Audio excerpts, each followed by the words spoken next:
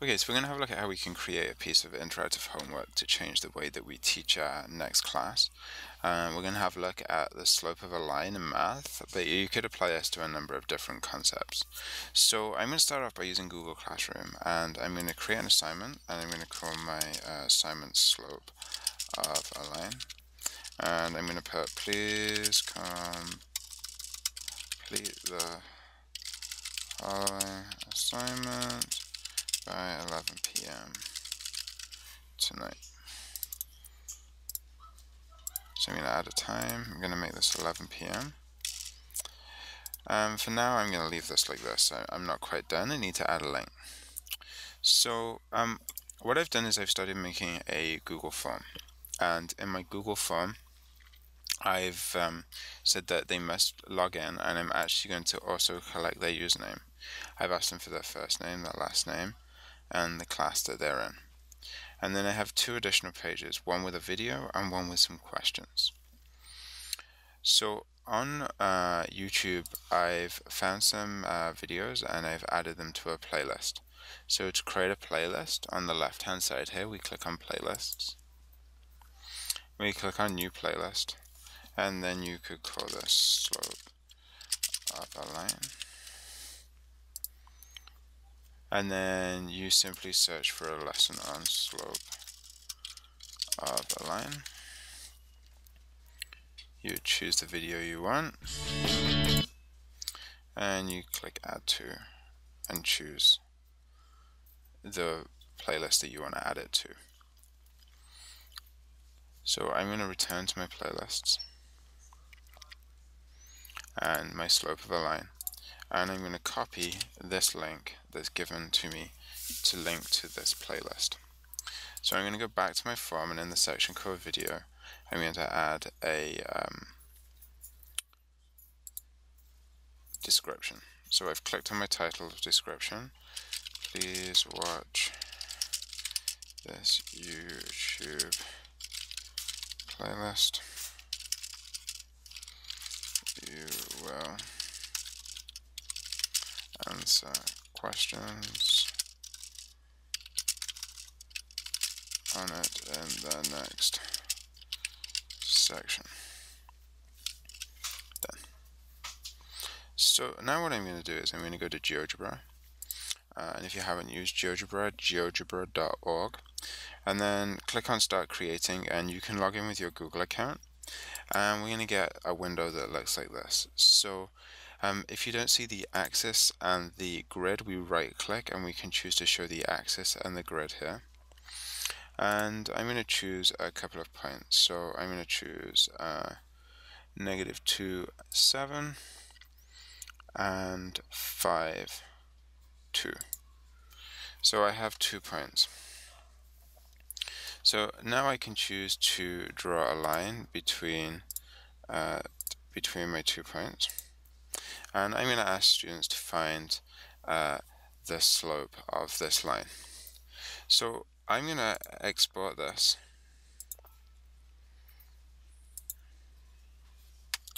So I now have an image which looks something like this. If we want to, we could use a tool to crop this or to do something else with this. So I could actually open this in Paint. I can select just the part that I want.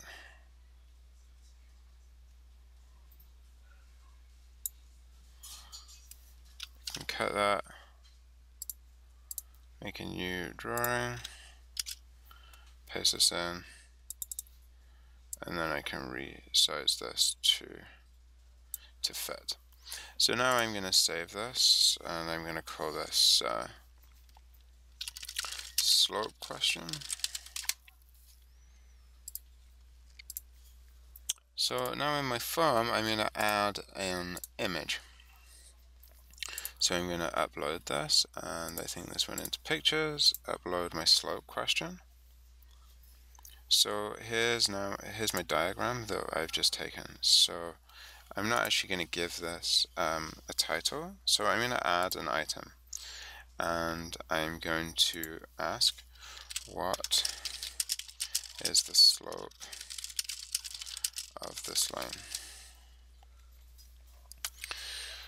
So I'm going to make this multiple choice and going to work out the slope of this line. So I'm going to insert my options. So my first option is 5 over 7. I've got negative 5 over 7, 7 over 5, and 5 over negative 7. So I'm going to make this question required and click done. So we could continue to add questions, or we can simply decide to move on. So let's add another question. So I'm actually going to move this point, create a new line here. That's not what I wanted to do. So let's delete that, and let's move this point here.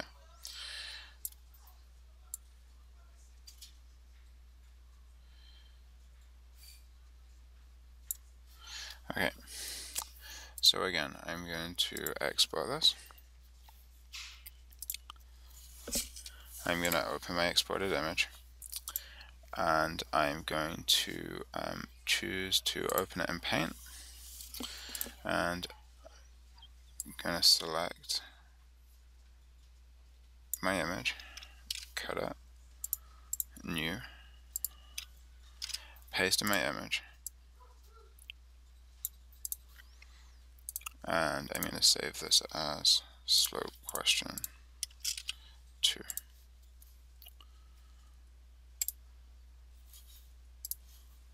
So I go here, I add an item, I add an image, choose to upload slope question 2. So I've uploaded it, done. Add a question, multiple choice. What is the slope of this line? So we know that the slope of this line is 2 over 2 or 1 over 1. So we could have 2 over 2, 1 over 1, 1. Or we could put in option 0. So again, we'll make this required. I'll put in a little note here that say this should be simplified. Done.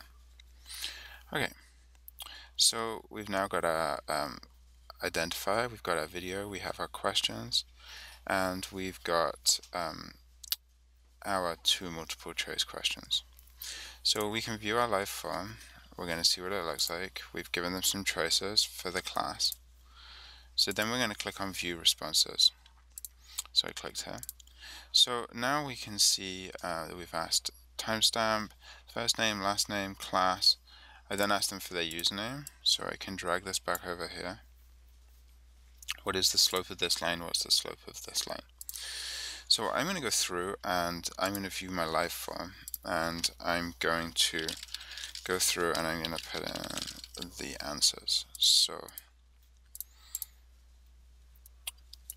you can see that that came up as a question, and the answer to this was 5 over negative 7. The answer to this is 1.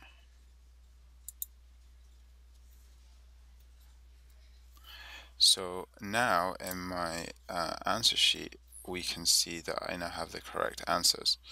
So I'm going to use an add-on called Flubaroo.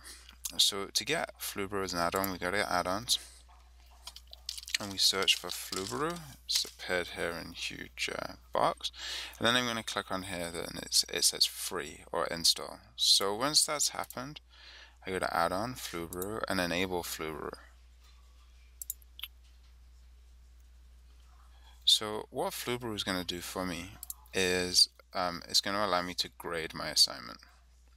So I'm going to click on grade assignment, and I need to have more than one response. So let's go through and Fred Smith, that's number 1, negative 507, 1, submit. Let's do it for a couple of people.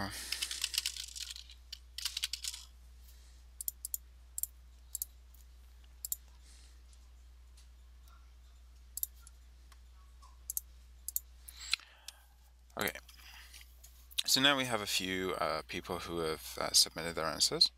So now I'm going to go to Add-ons, Flubero, Grade Assignment. And I'm going to choose which questions are going to be worth points. So I'm going to click on Continue. And now it's going to ask me to choose which set of answers are the correct answers. So I'm going to choose my answers and click Continue.